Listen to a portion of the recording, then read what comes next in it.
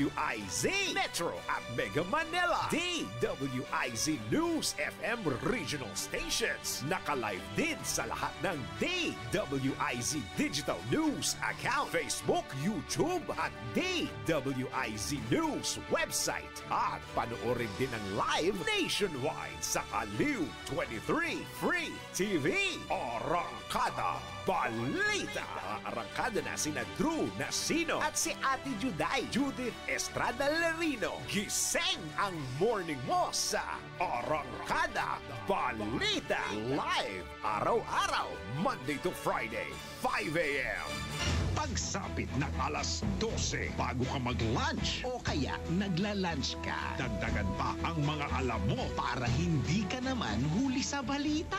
Live sa DWIZ Manila at sa lahat ng DWIZ News FM sa buong Pilipinas, Luzon, Visayas at Mindanao. At mapapanood ng live sa Aliw 23 Free TV at sa lahat ng digital channel ng DWIZ.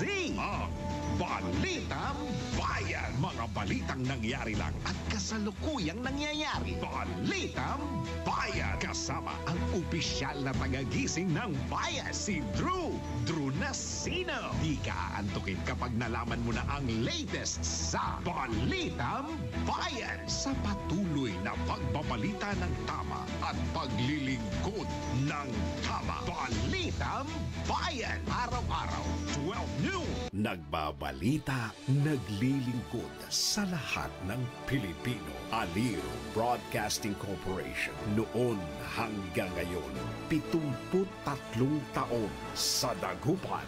89.3 DWIZ. Nagbabalita ng tama, naglilingkod ng tama.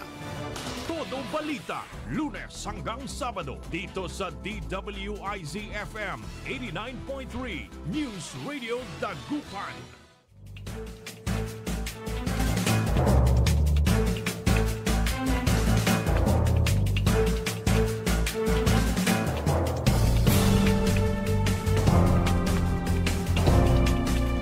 Isang napakagandang umaga ang ating pagbati. Good morning, good morning, good morning, good morning, good morning, good morning. Magandang umaga po sa inyo lahat. Araw po ngayon ng Huwebes. At oras na po natin programang Todo Balita at Komentaryo. As usual, sa lupa na sa oras, ihatid namin sa inyo ang mga balita sa ating bansa at sa ibayong dagat. Ganyan po pagtalakay natin sa ating mga lokal na balita. Kami po ng mga tagapagbalita. Ako po si Susan Valdez Yadaw, sa ngalan po ni Karen Liway Iparagire. Dumako na tayo sa ating mga headlines, sa ating balitang pambansa. Relief operations ng Grab, Move It, Umarangkada. Todo Balita.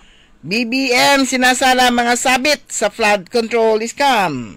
Todo Balita. Pinagarahin ni Marcoleta impeachment kay BP Sara, hilaw pa.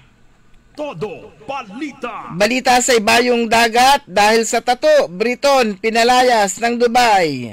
Todo Balita. Balita lokal, 3 araw na technical budget hearing ng MBO isinagawa, pondo sa programa ng serbisyo tiniyak. Todo Balita. Dar, formal nang pinagkaloob ang mahigit 1.5 million halaga ng makinarya at farm inputs sa mga magsasaka ng barangay Alitaya. Todo Balita.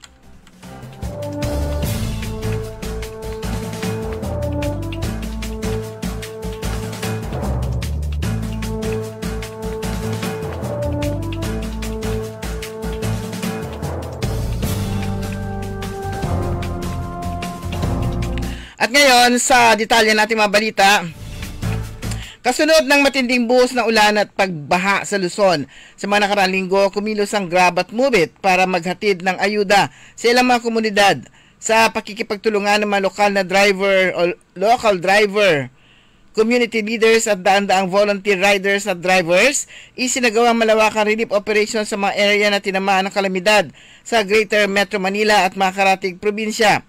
Personal na nagtungo ang volunteers sa mga apektadong lugar tulad ng Marikina, Las Piñas, Cavite, Valenzuela, Navotas at Malabon. Kanila rin binisita ang ilang syudad sa Pampanga, Bulacan, Baguio at Olongapo. Libo-libong Grab at Move It partners at kanilang mga pamilya ang nabigyan ng relief packs na may lamang bigas, dilata, noodles, biskwit, kape at mga gamot.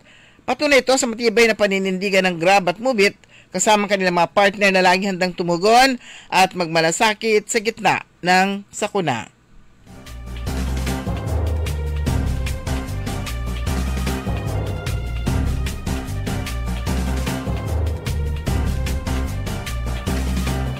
Ikinadismaya ni Senate Minority Leader Vicente Tito Soto III ang pagbagsak ng trust at performance rating ng Senado at naungusan pa ng Kamara de Representantes.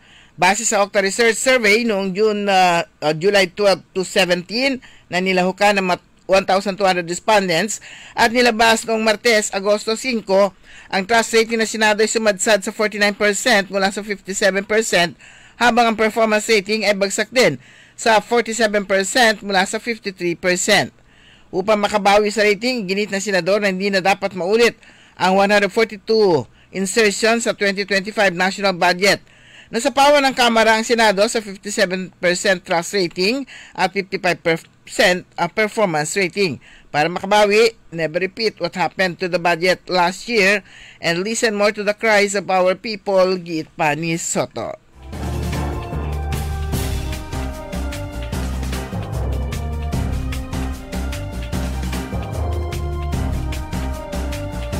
Wala pang balak si Pangulong Ferdinand Bongbong Marcos Jr. na ilantad ng listahan na mataong sangkot sa mga substandard na flood control project sa bansa dahil hindi pa ito nabeberipika ayon sa Malacanang. Noong Lunes, sinama ni mamayang Liberal Party List Representative Laila de Lima si Pangulong Marcos na pangalanan at kasuhan na masangkot sa korupsyon sa flood control project. Hindi pwedeng mahiya naman kayo. Kung palpak ang proyekto at nalulusaw ang pondo, may dapat managot. Iit ni de Lima sa privilege speech. Don't threaten us with the reenacted budget. Kung babalik lang din tayo sa parehong budget insertions, di parang sinabing, maya naman tayo, pero tuloy pa rin ang ligaya, dugtong pa niya. Sabi pa ni Castro, hindi gawain ni Pangulong Marcos na magbanta kung wala namang pinanghahawakang impormasyon. Kailangan lang aniyang masusing masiyasat upang hindi madamay ang mga inosente.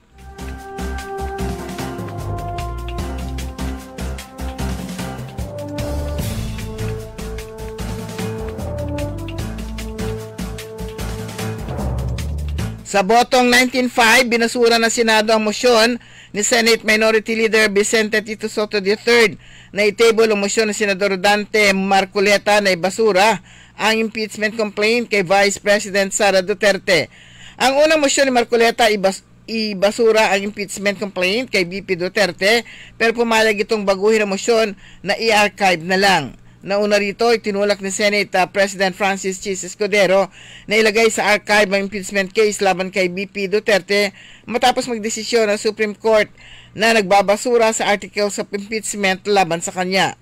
Sinabi ni Escudero na mismo ang High Court na ang nagsabing hindi nagkaroon ng jurisdiction ang Senado sa impeachment proceedings dahil labag sa konstitusyon na ginawa ng Kamara de Representantes sa simula pa lamang. Idinagdag pa ni Escudero na pwede pang mabago ang kanyang posisyon kung pagboboto ng Senado ang pagbasura sa impeachment case. Binanggit pa ni Escudero na malinaw na isinasaad sa desisyon ng Supreme Court na immediately executory ang kanilang desisyon kahit na naghain ng motion for reconsideration ng Kamara. Aniya, dati nang ginawa ng Senado ang pag-archive ng impeachment complaint laban kay dating Pangulong Joseph R. Estrada noong 2001 nang hindi matapos ang impeachment trial bunsod ng pag-walk out ng mga prosecutor. Nauna rito ay naghain ng motion si Senador Marcoleta para ibasura ang impeachment complaint laban kay BP Duterte bilang pagsunod sa desisyon ng Supreme Court.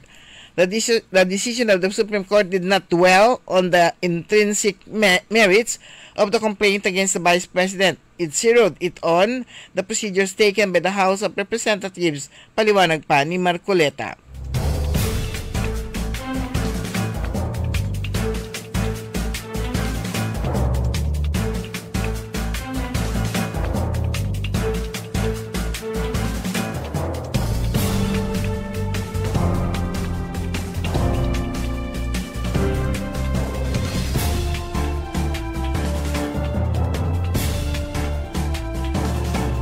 Samantala, pinalalahanan ni Presidential Advisor on Poverty Alleviations, Secretary Larry Gadon, kahapon ng miyembro ng Senado na aksyonan ng kaso na impeachment laban kay Vice President Sara Duterte habang ang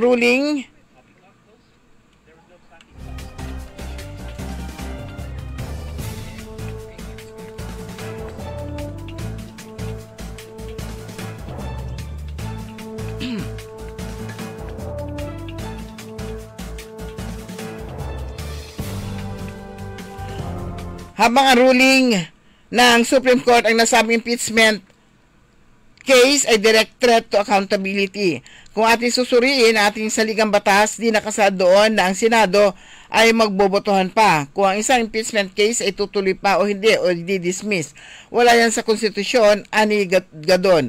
Ayon pa kay Secretary Gadon, ang konstitusyon ay magbibigay sa House of Representatives ng sole power para mag-initiate ng impeachment at ang Senado ay meron namang sole power para dinggin at desisyonin nito. Ang nasa konstitusyon, kapag ang articles of impeachment ay pinadala na ng House of Representatives ay agad-agad itong itatrial ng Senado. Hindi na kailangan humingi pa sila ng go signal sa Supreme Court. Hindi na nila kailangan tanungin ng Supreme Court. Hindi nila kailangan pakinggan ng Supreme Court sapagkat meron tayong tinatawag na separation of powers, paliwanag pa ni Gadon. Kaya itong sinasabi ng Senado na kailangan raw nilang pagbotohan pa ay napakalayo na at labas na sa konstitusyon, dagdag pa ng opisyal.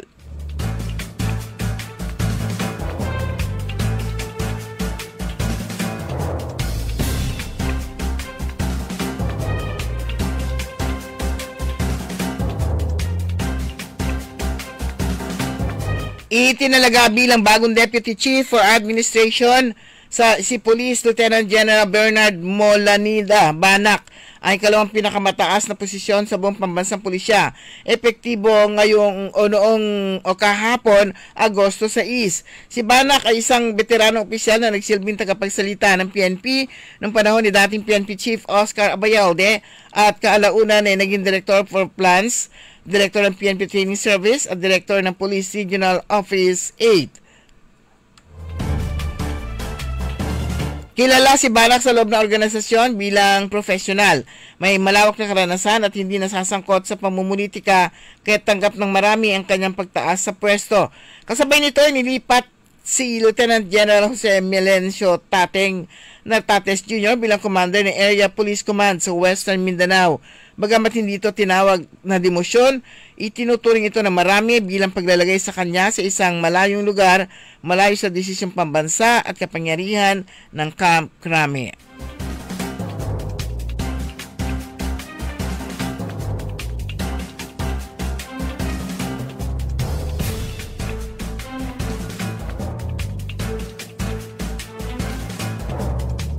Tutuldukan ni Pangulong Ferdinand Bongbong Marcos Jr. ang palakasan system sa mga local government unit at Department of Public Works and Highways na kalimitang ugat umano ng mapalpak at tiwaling implementasyon ng mga proyekto. Dahil din dito, hindi lang mga flood control project ang paimbestigahan ng Pangulo, kundi maging lahat ng infrastructure project sa buong bansa. Ayon sa Malacanang, binigyan din ng Pangulo ang pagsisiyasat sa mga proyekto sa Luzon, partikular sa Region 1 hanggang Region 5, kasunod ng kanyang pahayag sa SONA kung saan tinuligsan niya ang mga hindi epektibong flood control project kaya patuloy ang pagbaha rito.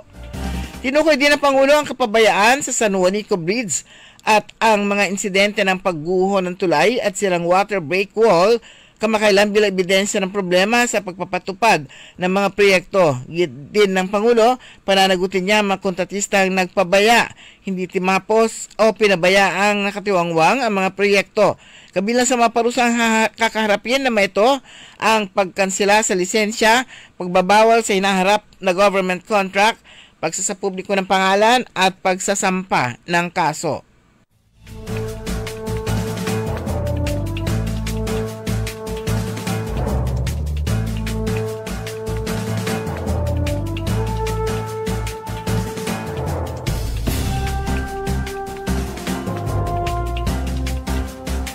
Dumako naman tayo sa ating mga balita sa ibayong dagat. Hindi pinayagang makapasok sa Dubai ang isang British national dahil umano sa mukha nitong tad-tad na mga tato. Dumating si Jordan Human, 34, sa Dubai noong June 11, kasama ang kanyang fiancé at anak para sa isang linggong bakasyon. Sa halip na kasiyahan na dismaya si Human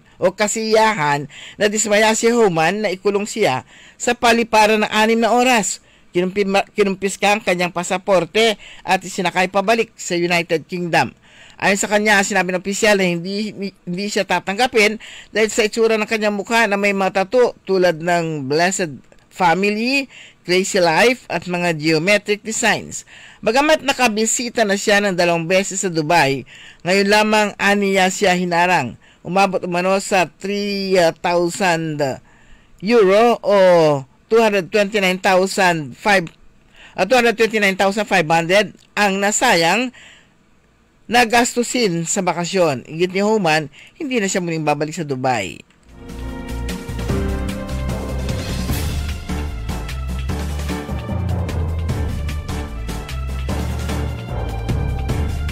Sa atin namang mga lokal na balita, sinimulan kahapon ng pamahalang lokal ang 3 araw na technical budget hearing upang masiguro ang maayos na paglalaan ng pondo para sa mga programang pangkalaunan at serbisyong panlipunan sa bayan ng Bayambang. Ito ay ginanap mula Agosto 6 hanggang bukas, Agosto 8 sa Mayor's Conference Room sa pangunguna ng Municipal Budget Office sa pamumuno ni Budget Officer Christine Bautista. Ang hearing ay dinaluhan ng mga department head at kinatawan ng iba't ibang tanggapan ng lokal na pamahalaan kung saan inilahad ng bawat opisina ang kanilang panukalang budget, kasama ang mga prioridad na proyekto at inisyatibong nakapaloob sa Annual Investment Program at ng munisipyo. Ang pamahalang lungsod na Alaminos, Pangasinan sa pamumuno ni Mayor Arth Brian Celeste ay formal lang pumasok sa Memorandum of Agreement kasama ang Department of Science and Technology o DOST Region 1 sa pangunguna ni Regional Director Dr. Teresita Tabaog kasama ang Pangasinan State University na kinatawan ni University President Dr. Albert Gala. Saklaw ng partnership ang pagpapatupad ng 100 Islands National Park Management System na binuo ng PSU na pinondohan ng DOST, PCIEERD o Philippine Council for Industry, Energy and Emerging Technology Research and Development at ang paglulunsad ng Integrated Internet of Things o LOT Base Boat Tracking and Management System na may data analytics para mapahusay ang kaligtasan, kahusayan at paggawa ng patakaran sa dagat.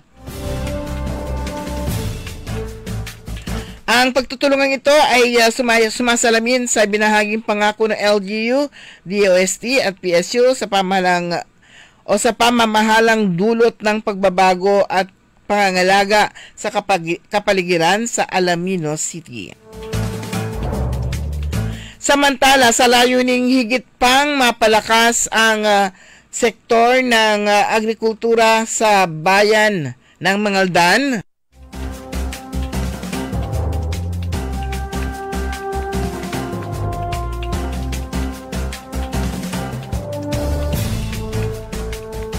formal na ipinagkaloob kahapon Agosto 6 ng Department of Agrarian Reform ang mahigit 1.5 milyong halaga ng mga farm machineries at agricultural inputs sa Masigasig Alitaya Farmers Irrigators Association Incorporated.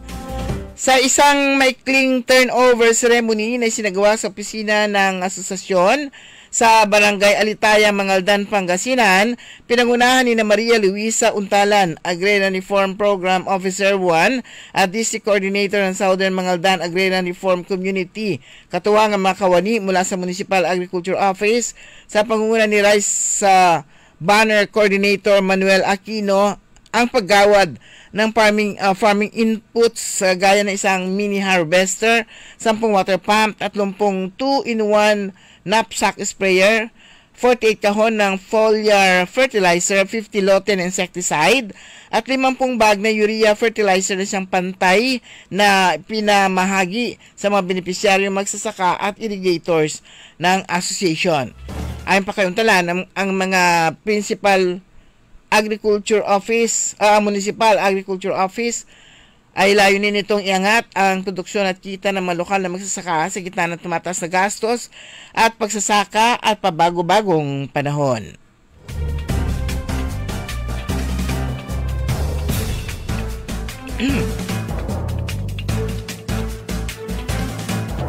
Samantala, sa bayan pa rin ng Mangaldan, nagsagawa ng orientation ng Municipal Health Office ng Mangaldan bilang paghanda sa muling pagbabalik ng Bakuna Eskwela 2025 na dinaluhan ng mga Department of Education, District Nurses at Rural Health Midwives ng lokal na pamahalaan ngayong Agosto 6. Pinangunahan ni Rosemary De Vera, Nurse at National Immunization Program Coordinator ng LGU, ang orientation kung saan tinalakay ang mga hakbang sa implementasyon ng programa, kabilang ang pagkuha ng consent forms mula sa mga magulang ng mga estudyanteng target mabakunahan. Katuwang ang MHO sa pagpapatupad sa nasabing programa ng Department of Health sa pagkikipag-ugnayan ng DepEd. Bumusuporta naman ang lokal na pamahalaan sa pamumuno ni Mayor Bonafé De Vera Pareno sa isinagawang pagbabakuna upang maproteksyonan ang mga bata laban sa iba't ibang sakit.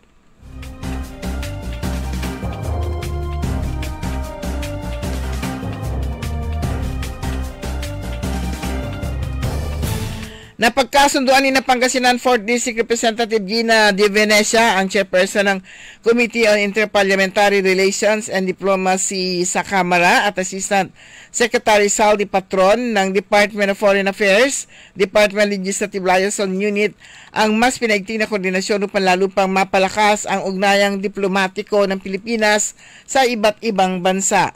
Naganap ang pagpupulong noong Agosto 5 bilang bahagi ng courtesy call ni Secretary o ASEC Patron sa tanggapan ni Congresswoman De Venecia ilang araw matapos siyang opisyal na maitalaga bilang chairperson ng IPRD.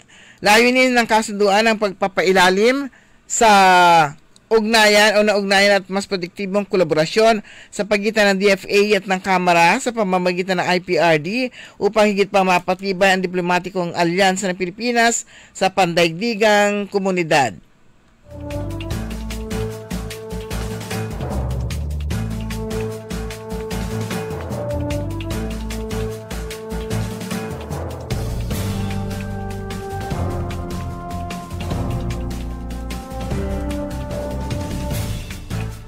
Sa ating balitang sports, nakatutok ang undisputed strawweight MMA World Champion na si Joshua De Passion Pasio na muling bitbitin ang prestihiyoso ng buong Pilipinas sa pandaigdigang entablado sa pagsabak nito sa pinakamalaking laban sa kanyang pinalamutiang karera.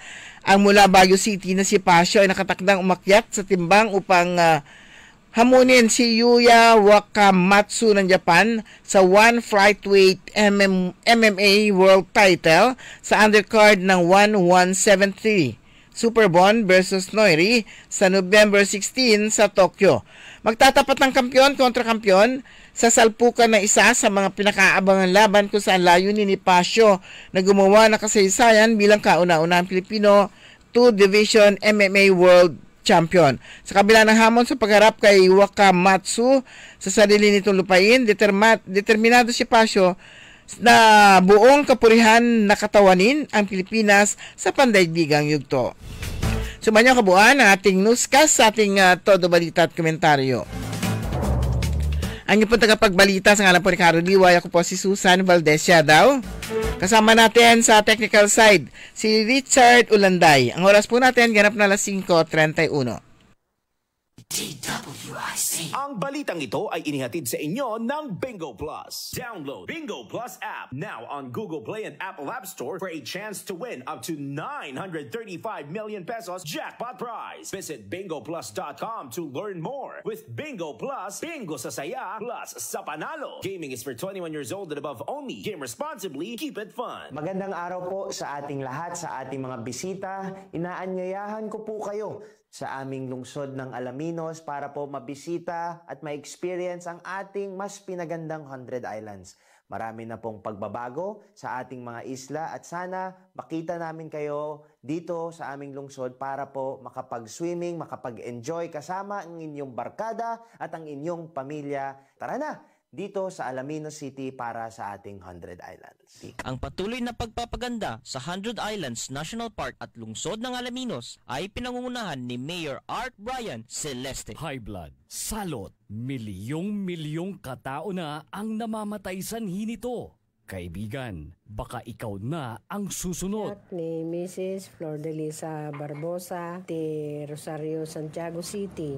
Agtawenak ti 63. Manungatawan nga aglutluto ako, tada karinderyak. Mariknak agpipikal. Ti imimak iso nga nanggagak ti radyo, dato'y agas nga pao di arko. Pinadas ko. Mayat mo ti epekto na. Do'ti food supplement nga napadpadasa ko. Awan ti epekto na. Dato'y pao di arko, idi nagtumarak, manungal daw lang, han nga agpipikal ti imakon. Awisen kay nga mangpadas, tapno may katmat, dagita rik-rik na inyo, saksakitin nyo. Kaya kaibigan, buhay mo'y ingatan. Mag-Aldrich Pau di Arco Herbal Capsule na para kalusugan mo ay garantisado.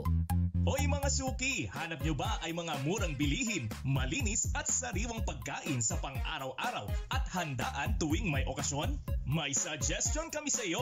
Tayo na sa Macador Market na kung saan inyong mabibili ang mga mura, sariwa, malinis at ligtas na bilihin tulad ng karne ng baboy at baka, manok, isda, gulay at iba-ibang sangkap sa pagkain. Matatagpuan din sa Macador Market ang dry goods, groceries, eateries at fruit section. Kaya ano pang hinihintay nyo? Gawing bongga ang handa mo everyday with Macador Market. Macador Market is open from 4 a.m. to 8 p.m. Visit us at Macador Market, Galvan Street at Zamora Street sa downtown Dagupan City. DWIZ. Liway Manantan At Susan Yaraw. sa Todo Balita.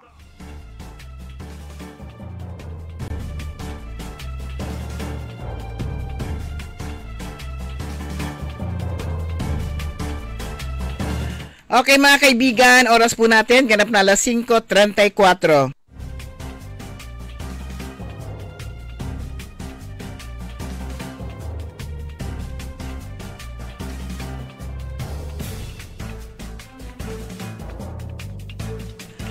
Araw na po ngayon ng Huwebes at ngayon ay August na talaga, August 7. At welcome po sa ikalawang bahagi ng ating programang Todo Balita at Komentaryo. Solo flight muna tayo ngayon dahil nagpapagaling pa si Kaarong Liway. Pero okay na siya. Kaya lang hindi pa raw bumalik yung kanyang appetite. Yung kasi yung basihan natin kapag bumalik na yung appetite, okay na. Yun, nahanap-hanap niya yung kahit may sakit ka talaga, kumakain ka pa rin. Kaninang alas 2 ng madaling araw, ayon sa Pangasinan PDRMO, ngayon, August 7, ang binabantayang low pressure area sa loob na ng Philippine Area of Responsibility ay nananatiling nasa low chance na mabuong isang tropical depression sa loob ng 24 oras. Samantala, yung low pressure area naman na nasa labas ng Philippine Area of Responsibility ay nasa medium chance na mabuo bilang isang tropical depression sa loob ng 24 oras. O di pa rin sa loob ng 24 oras to. Dalawa sila ulit. Ngayon pa man pinapayo ng publiko na patuloy na i-monitor ang weather updates galing sa DOST Pag-asa. Ayan, hindi pa nga tayo hindi pa nakakatanggap ng relief. Lahat. Yun parang by word today, relief. Yan, hindi pa nakakatanggap lahat ng ayuda Sana naman wag naman. Kahapon bigla-bigla yung umuulan, nakapang summer outfit na ako kahapon tapos mainit kasi. Bandang hapon ang lakas po na ulan. Kaya po payo natin, magdala po kayo lagi ng panangga sa ulan. O yan, kundi man sa ulan, sa init. So, sa mga lugar naman po na nakikita kasi natin, tayo kasi nasanay na tayong yung nakikita lang natin yung alam natin. Kaya katulad nito, yung maitinas na kalsada, walang tubig, walang baha. Pero yung mga kababayan natin, ayan na naman, baha pa rin. Yung nakikita po natin, pero yun po sanhi ng high tide naman ngayon. So ngayon 7, inaasahan ngayon alas 7 ng umaga, tataas ulit ang tubig. Mamaya-maya yan. 1.05 po yung high tide ulit mamaya. At ito mas mataas sa Sabado 1.11, alas 8:27 umaga yung pagtaas. Bukas din rin alas 7:50 1.09 naman yung tubig. Kaya nga pag lumalabas tayo dito nakikita natin sa drainage, lumalabas na yung tubig galing po sa dagat. Sanhi po ito ng high tide. Ayan. So mag-monitor po tayo palagi sa mga updates ng Pag-asa o ng mga weather updates para malaman po natin yung taya ng panahon. Yung mga bata dyan, magagaling dyan. Kahapon, Lunes pala yon. Webis na ngayon. Sus, Ginoo. Akala ko Lunes kahapon, Martes ngayon. Nakita ko kasi yung nakita ko ulit yung privilege speech na inihatid ni Councilor Dada Reyna. Privilege na hinayag niya sa kanyang privilege hour. Yun, sinasabi lang naman niya yung nagpapaliwanag siya kasi sa privilege hour, hindi yan kinukusyon ibibigay sa iyo yan pagkakalob sa iyo yan kahit na gaano kahaba yung sasabihin. So sinasabi niya ulit yung siguro pag mahanap mo maganda i-play din natin yon para alam natin mga kababayan dito sa Dagupan ang kanyang mga sinasabi. Naniniwala tayo sa kanya kasi nag-iisa. Nag-iisa si Councilor Dada doon. At napakatapang naman niya kung hindi totoo yung kanyang sinasabi. Alam po ninyo, kahit na 100 ng kaharap mo, na nasa loob ka ng sesyon, kahit na 100 pa yan, kapag totoo lahat ng sasabihin mo, hindi ka matatakot. Ayan, katapos niya magsalita, tumayo na naman to si Councilor Mema pa, para may masabi. Are you putting into motion? Si Councilor talaga, kung minsan ginagawa rin niyang bobo yung mga nakikinig. Nabobobo ka na rin kung minsan Natututo nga tayo sa panunod sa kanila, nalalaman natin na privilege hour is privilege hour. Tapos tinatanong niya si Councilor Dada kung put into motion yung kanya sinabi, wala naman daw narinig na ipuput into motion. Hindi naman siya nag-motion. Ano ba naman yan? Councilor kayo dyan ginagawa nyo kaming imbis na matuto kami, hihiluin nyo kami. Nga yun privilege speech nga yung kanyang mga ginamit niya yung kanyang privilege hour para sabihin kung ano yung mga gusto niyang sabihin at hindi siya nag-motion. Buti kung ongoing yung session at meron siyang sinabi. So yun, pwede niyang question kung are you going to put into motion yung mga sinabi, kwanto. Pero hindi ko na tinapos masisira lang yung araw mo kapag katatapusin mong panoorin. Pero yon, ang daming talagang nababas itong mga opisyal kasi minsan nung sinabi ni Vice Mayor Kwa, nung nagre-request nga siya ng staff dahil wala nga siyang staff, tumabi ka na lang, manood ka na lang. Ang daming reaction, kinundi na ito ng mga supporters ni Councilor Dada. Actually, hindi lang ng supporters ni Councilor Dada, kundi lahat ng supporters pati ng lahat ng ayaw sa kanila. Lahat na masumusuporta dito kay Councilor Dada. Yung ginagawa pong pambabastos kay Councilor Dada Reyna, hindi siya lang yung binabastos. Binabastos niya mga Dagupeño na bumoto at nagbigay ng tiwala dito kay Councilor Dada. So siya yung parang pinaka-kinatawan nila. Tinuturing na lang pinaka-kinatawan nila dahil siya yung iniluklok nila dyan. Tapos sasabihin sa'yo, tumabi ka na lang, makinig ka na lang. Parang ngayon ka lang nakakita ng ganun ngayon lang merong dito lang ako nakakita ng presiding officer na ganun ng ugali. Iba talaga, kakaiba siya, unique. Unique yung pagkabastos. Diyos ko, my God. Sabihin ba naman na walang masabi. Pwede ba naman sabihin na Councilor Dada, lahat na sinabi mo, well noted. Pwede naman yan sabihing noted, tapos hindi rin niya actionan, ganun.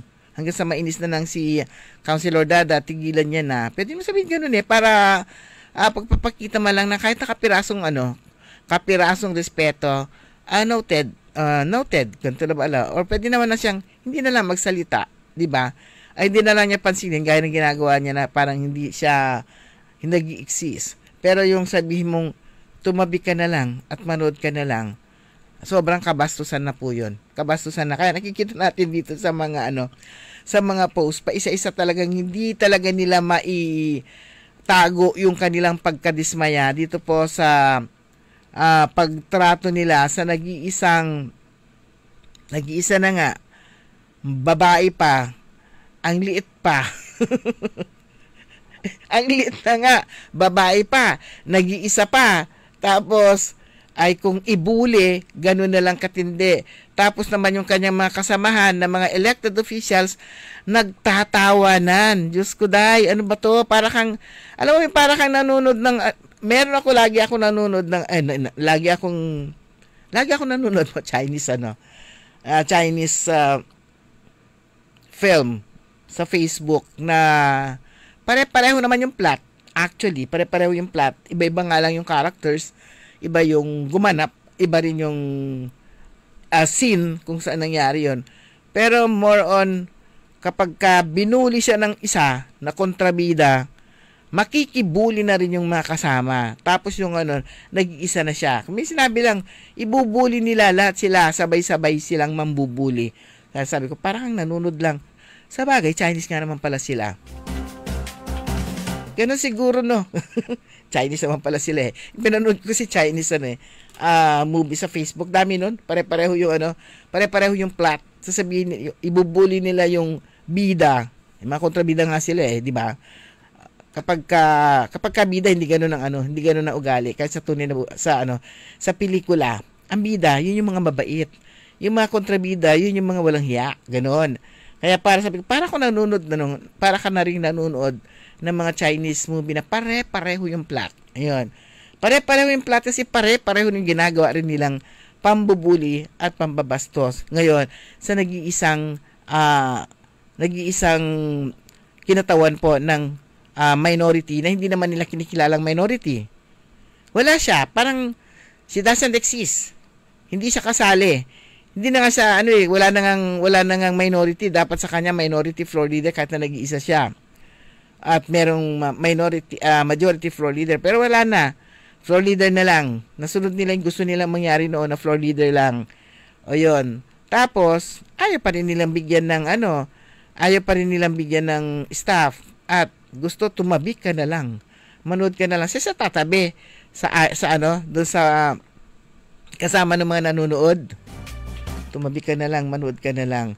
Alam po ninyo, ang nasasaktan, hindi lang si Councilor Dada, kundi lahat ng mga nagmamahal sa kanya, lahat ng sumuporta sa kanya, nasasaktan sa ginagawang pambabastos ng presiding officer dito sa ating, dito kay Councilor Dada Reyna. Oras po natin mga kaibigan, alas 5:45, kahapon, naputol yung naputol yung pagpaparinig po natin, ng pakikipanayan po natin, status ng HIV at saka ng dengue at kung anong plano po ng lalawigan ng Pangasinan at yung plano din ng lalawigan ng Pangasinan na mag-put up ng mag-create ng isang departamento o unit na ang tututukan lang ay para maresolba ang problema sa pagbaha sa lalawigan ng Pangasinan. Kaya pakinggan po natin. Maganda yun yung pagpapaliwanag ni Vice Governor patungkol dito. Hindi lang dapat sa Pangasinan lang. So kailangan buong lalawigan kasama ng Dagupan City kung pwede hanggang region para para ma-resolve itong problema sa pagbaha. Pero yun, mamaya yun sa pagbabalik. Pwede na ngayon. Pwedeng ituloy na ngayon. O sige, pakinggan po natin si Vice Governor Mark Lambino. Apo. May suggestion kanila na why not create an HIV hub dito sa Pangasinan para mas ma-monitor yung mga na-file out na positive? Okay. Unang-una po, magandang araw po sa lahat ng ating mga tagapakinig. Ngayong Lunes po, ika-4 po ng Agosto, ay nagkaroon po ng question hour ang Sangguniang Panlalawigan, initiated by our Chairman of Committee on Health, Board Member Jerry Rosario, an inquiry on the status of dengue and HIV cases in the province of Pangasinan. This actually stemmed from a report by the Department of Health a few months ago kung saan sobrang tumataas po. Una-una, pagdating po sa kaso ng HIV, tumataas po ang kaso ng HIV sa ating bansa at hindi po exempted ang lalawigan ng Pangasinan doon. At nakikita na karamihan po na mga naging bagong nagpositibo sa HIV ay mga minor de edad. Pagdating po sa gender, karamihan din po ay wala na po pinipili, lalaki at babae pagdating po sa gender. So nakakabahala po yung statistics na yan na lumabas a few months ago from DOH. Yung pangalawa po na parte ng question hour na yan ay tungkol naman po dun sa preparation po pagdating sa epekto, naging epekto ngayon ng dengue at posibleng maging mga epekto pa ng dengue sa ating probinsya, lalo-lalo na po panahon po ng tag-ulan, kung saan ay inaasahan po natin na talagang tataas po ang cases ng dengue sa mga ganitong buwan. Tulad din po nung nangyari last year sa lalawigan ng Pangasinan. So balikan po ko muna po yung sa issue ng dengue kasi yun yung mas maikli po issue. So base po sa ating Provincial Health Office ay monitor na po ang ating PHO represented by ROIC, Dr. Vivian Villar, kung saan ay minomonitor na nila yung mga kadalasan mga munisipyo o mga lugar kung saan mataas po ang kaso ng dengue. Madalas po ito yung mga barangay, malapit po sa ating mga tubigan, mga ilog, mga sapa, malapit po sa mga palayan. Historically, doon po tumataas talaga yung cases ng dengue. Pangalawa po ay nagsisimula na rin po yung information campaign ng PHO para po sa iba't ibang establishmento, lalo-lalo po sa paaralan, para maiwasan po or mabawasan yung possible na cases ng dengue, ano yung mga preparations na kailangan gawin ng ating mga kababayan, ng ating mga schools at iba-ibang institusyon upang at least kahit pa paano maibsan yung pagdami po ng dengue cases sa ating probinsya. So it's the usual annual na mga aktibidades na ginagawa po natin to address the cases of dengue. Pangalawa po doon sa question hour na medyo nagdagal po ang usapan ay yung tungkol po sa issue ng HIV cases dito po sa ating probinsya. Isa po sa nabanggit doon ay yung possible na pagtayo po ng isang HIV hub or isang parang siguro center or a facility incorporated po sa ating mga provincial hospitals or under the PHO kung saan ang i-address po nito ay yung mga cases ng HIV. Of course, marami po kailangang isipin na mga konsiderasyon dito. Pinaka-importante ay yung privacy at security ng mga pasyente kung saan ay mapoproteksyonan din po yung identity ng ating mga kababayan. Nagkaroon ng panukala na magkaroon po ng mga mandatory testings base po sa kanilang kwalifikasyon o dun sa may certain qualification pero kailangan pong pag-aralan mabuti ito para hindi naman po natin i-violate yung kanilang karapatang pantao, lalo-lalo po sa pagdating sa kanilang privacy, sa kanilang healthcare. Alam po natin na very strict ang Pilipinas pagdating po sa security at ng informasyon, lalo-lalo pa pagdating sa kalusugan, sa health ng isang tao. So we also have to protect that. So pag-aaralan po natin mabuti yan. Yung pagtayo po ng isang hub ay makakatulong para ma-address po not just the medical aspect of being HIV positive but also the mental aspect of it all. Alam po natin na yung pagiging HIV positive ay hindi lamang po isang physical na kondisyon kundi may corresponding po na impact mentally doon sa ating kababayan na nagpositibo. Ganon din doon sa nagiging reaksyon o kung minsan stigma against them. So ito po yung mga kailangan pag-aralan, information campaign. Ilang dekada na actually po ito na ginagawa ng iba't ibang mga nasyon, pati dito sa Pilipinas, yung pagdating po doon sa acceptability. Masabi po natin medyo mas advanced po ang mga western states pagdating po doon sa social acceptability ng mga kaso, pagdating po dun sa mga citizens po nila na HIV positive. At ang bansang Pilipinas, bagamat wala pa dun sa level na yon, ay sinusubukan naman po na maabot po natin yung level na yan ng social acceptability. Pero ito po yung mga kailangang konsiderasyon na ating isipin pag magtatayo po tayo ng HIV hub. So it's not just a medical facility but also a social and mental facility kung saan titignan po natin lahat ng aspeto na yan pagdating po dun sa mga HIV positive na mga kababayan po natin. Okay, Vice, na parang ilang beses na rin o taon-taon noon pa, hindi pa kayo Vice Governor, paulit-ulit na ganito po yung pagtatanong sa mga PHO na in charge. Gaano po kaseryoso po yung administrasyon po ni Governor Kiko ngayon para resolbahin mga ganitong klaseng problema o pangangailangan po ng mga... Ano pong specific na consideration po? Ano pong specific na issue? Are we talking about the HIV, the dengue, o ibang bagay? Sa hub, HIV po. So, let's speak in general terms na lang po. As alam naman po natin ang priority ng ating gobernador.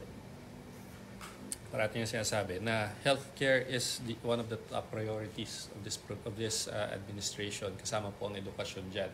So, pagdating po dyan sa HIV hub na propose po nila, siguro may pagsasama po natin yung education at saka health dun sa aspeto na yan. Because it's like I said, hindi lamang po yan medical na issue, kundi it's also a social and mental issue, psychological issue. At kailangan po ng education. Hindi lamang po para doon sa HIV positive, pero para din po sa ating mga kababayan na ma-inform sila kung ano po talaga ang estado ng isang pagiging HIV positive, anong limitasyon, anong kapasidad, nagkakaroon po ba ng kung anong klaseng diskriminasyon ang kanila nangyayari, dapat ba i-discriminate sila o hindi. Yan yung mga kailangan pong pag-aralan at i-inform po natin sa ating mga kababayan. So, very serious po ang ating gobernador pagdating po sa mga ganitong bagay, lalong-lalo na po sa larangan ng kalusugan. Sir, regarding po sa zero balance billing po sa mga hospital po natin, at totally po ba talagang wala po Sige. Let me clarify that statement. Ito po ay nanggaling doon sa binitawang salita. Unang-una, sabi natin sa national policy as stated by President Ferdinand Bongbong Marcos during his SONA last week, Monday last week, kung saan sinabi niya na basta government-run hospital ay wala pong babayaran ang ating mga kababayan. Let's take that statement in context. Nung sinabi po yan ng ating presidente, of course, there are limitations to that. They have to be charity patients. Ang qualification po niyan ay sa ating mga kababayan na indigents o yung talagang walang kapasidad na magbayad po para sa kanilang healthcare, doon sa kanilang kailangan na serbisyo para po mag-hospital. At ganun din po yung ating ina-apply pagdating po sa ating provincial hospitals. Yes, it is a government hospital. It is run by the government, but it's run by the provincial government. And we will abide by the direction of the national, which is to at least try to reach that zero balance billing, especially po para sa ating mga kababayan na talagang walang kapasidad na magbayad. So if they are indigents, talagang financially incapacitated to pay for their medical services, gagawin po lahat ng provincial government. Unang-una, we will use the PhilHealth programs po dyan. May mga serbisyo po ang PhilHealth at iba-ibang programa na pwedeng gamitin dyan, from the consulta, the different packages. Pangalawa, nandyan po yung assistance, yung MAIP na tinatawag na pwede pong ipag-subsidize. At syempre, eventually, yung mismong personal fund or general fund ng probinsya ay gagamitin din po para po sa ating mga kababayan na indigents. Ngayon, sa ating mga kababayan naman po na may kapasidad po na magbayad, of course, may hindi naman po lahat ng bagay ay charity. Yung iba, mas pinipilit na mas magandang kwarto, may mga additional po sila ng pangangailangan. That is outside the scope of what is dictated or what is said by the national government na libre. Yung mga yan po, kailangan bayaran naman.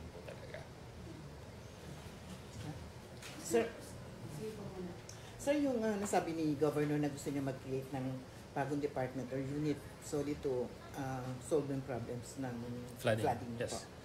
Opo. I think he made that statement during the mining summit 2 Wednesdays ago.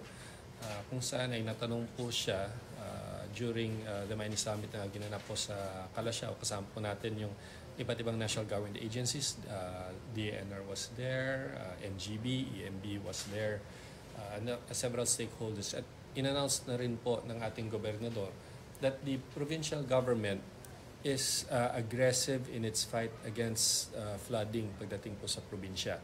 At ang titignan po natin na, of course, to address flooding, it's not just about creating flood control programs, hindi lang to paggawa ng mga additional na kanal o paggawa ng mga additional na infrastruktura, but we have to address the main problem na nakita. Base po sa mga pag-aaral, pagsusuri na ginawa po ng mga eksperto mula po sa Department of Environment and Natural Resources, ang isa sa main reason of flooding, especially po pagdating po dito sa Central Pangasinan, kung nasaan po yung mouth ng tatlong major river systems natin, yung Buad Kayanga, the Sinukalan River System, as well as Agno, ay yung heavy siltation dyan po sa mouth ng ating mga ilog. So pagdating po sa siltation, ano po ang immediate solution dyan? Tulad ng aking sinabi last week at sinabi rin po natin, Governor, we will implement flood mitigation programs. And what are those programs? One of those is the dredging of the mouths of the major river systems. So we have Limahong Channel, nandyan din po ang Pantal sa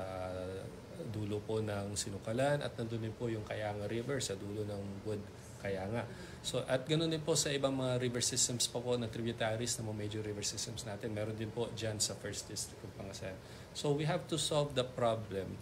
We have to address this, we have to create a solution based on the problem na nakita natin. At yung unang problema na nakita natin is the heavy siltation.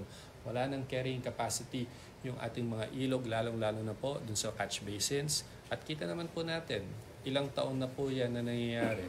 Ang baha parating nangyayari sa catch basins ng ating mga ilog. Central Pangasinan, 4th District, bayan ng siyudad ng Dagupan City, bayan ng Calasiao, bayan ng mga Taram, Lingayen, Dinmalay, parts of San Fabian. These are the catch basins of the major river systems. At kita niyo po, kahit nag-release po ng tubig ang San Roque, ay nasalo pa yan ng upstream na water. Pero pagdating po dito downstream, awa ng Diyos, wala ng additional na inflow mula po sa Kamiling, kaya hindi na po tumaas dito po sa Lower Agno River System. So, it just shows na kapag mataas pa yung carrying capacity ng ilog, tulad po sa Upper and Central Agno, hindi po yan magkukos ng flooding. Pero pag ang tubig ay dumiretso na po dito sa bibig na ating mga ilog, tulad po sa Limahong, sa Pantal at sa Kayanga, ay talagang aapo at aapo yan dahil wala na siyang kapasidad na saluhin yung tubig na galing sa bundok or galing sa upstream. And that is the problem. And we have a solution. This solution, like I said, is river rehabilitation through different modalities such as dredging, extraction of sediments and materials, transferring them, if necessary, the construction of flood mitigation and flood control projects sa riverbanks para hindi po umapaw, etc. So these are some of the projects. But basically, ang programa po ay river rehabilitation, river restoration, and flood mitigation programs. And whatever project is needed, whatever infrastructure is needed, or whatever modality is needed para gawin po yung programa na yan, yun po ang implement ng probinsya. Ano po ang basis natin? Meron pong ilang mga department orders ang DNR na pwedeng pong gamitin dyan, AO1, DAO7, at yun po ang ginagamit ng provincial government para po sa mga programa na yan. At syempre, hindi po ito short-term na programa. Babalikan ko na po yung question nyo. Hindi po yan isang programa na gagawin lang for 180 days. Hindi yan tulad ng pagtayo lamang ng building o paggawa ng kalsada. Hindi. Dahil ang sediments po sa bibig ng ilog, parati pong nire-replenish yan. Basta umulan, bumagyo, bumaha, may ipon at may ipon yan. So we have to start somewhere pero hindi pwedeng tumigil lang doon. Kaya nga, di ba, nabanggit po natin, Gobernador, ang Agno ay may 100 kilometro. But we have to start in the mouth of Agno. And we will start from kilometer 0 sa Limahong, paakyat. Eventually, aakyat siya hanggang kung saan nagsisimula ang Agno, which is in San Manuel. Ganon din po ang gagawin diyan sa Sinukalan. We have to start somewhere. Okay, so yun, dredging. Nakikita po nilang, nakikitang solusyon ni Governor Gico dahil nga heavily silted na ang mga ilog sa lalawigan. At yun nga, kumbaga sa susundin, merong mga administrative order o merong mga order ang Department of Environment na siyang nakabase yung kanilang sasagawang desisyon dito nga sa pagbuo nga o nais nga po nilang i-dredge lahat ng ilog. Hindi lang po yung nasasakupan ng Pangasinan, kundi pati na rin po yung nasasakupan ng Dagupan City. Dahil ang Dagupan City, sakop din po nito o nasa loob din po siya ng Pangasinan. Kung pwede nga lang, sabi nga ni Governor, hanggang sa buong rehiyon. Kasi nga naman, ang Pangasinan lang ang malalim. Tapos yung mga ibang lugar, mababaw. Pero yun po, nata sapat na oras eh. Ang tabayaran po ninyo, pero taka muna, pahabulat, ano natin to, mabilisan lang. Briones, Gemini, Laifica, Get Well daw, Liway, Briones, at saka, gusto ko to. Good morning, Ma'am Beauty Susan. Gusto ko to. May ganun eh. May dagdag. Romulo Espinosa, good morning. Oscar Dolermente, sina Rodel Idades Peralta, Sir Napoleon Co, sina Rafael Acosta, Jaime Rodriguez, Mary Ann Ciralde, Ernesto Musada, Tana Mencias, Gracielda Matro, si Dizzy Vian Venistua, saka si Randy Manawis, saka si Josie Lieda Mateo. Good morning po sa inyo lahat. Madam Rose, Kuya Benjitan, good morning. At sa lahat po na ating mga tagapakinig dito po sa ating himpilan DWIZ 89.3 News FM Dagupan. Okay, wala na po tayong sapat na oras na tabayanan po ninyo. Susunod agad, All in the Morning. Makasama po ninyo si Karen Oli Navarro. Programang Todo Balita at Komentaryo. Kami po ninyo nakasama. Sa technical side, si Richard Ulanday at sa ngalan po ni Karo Liway. Ako naman si Susan Valdesia daw. Magandang umaga po sa inyo lahat. Sumainyo ang Todo Balita, Lunes hanggang Sabado dito sa DWIZ-FM 89.3 News Radio Dagupan. Ladies and gentlemen, the new face of your favorite restaurant in Dagupan City. The original party place in town. The Music Warehouse Club Dagupan City. No need to go to Manila's top bars like Silo and BSK Club. Dagupan has it all.